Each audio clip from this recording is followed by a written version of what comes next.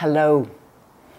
I want to talk to you today about when things fall apart.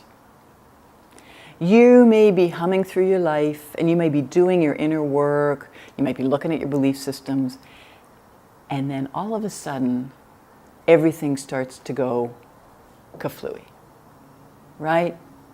You think your life feels like it's falling apart. You may even get suicidal doing some of this work.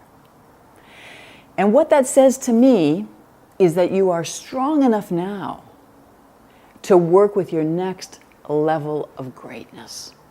And in order to achieve and move through to your next level of brilliance, of genius, of authenticity, you have to cross a threshold of facing yourself. And everybody does it. It's a darkness. It may even feel like a hardness, like this is so hard. And what I maintain is that what you're hitting is your inner hardness. And you have to come to a place of softening and surrender.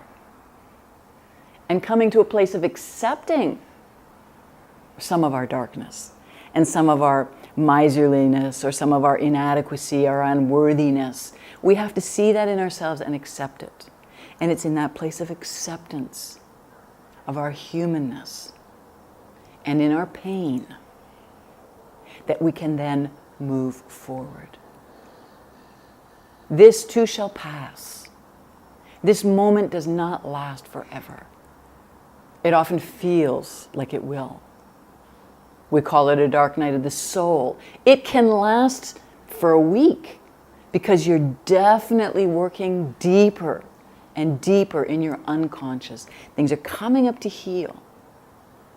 Rest assured that those of us who have gone through, moved along the path, have gone through this darkness, and we're here for you.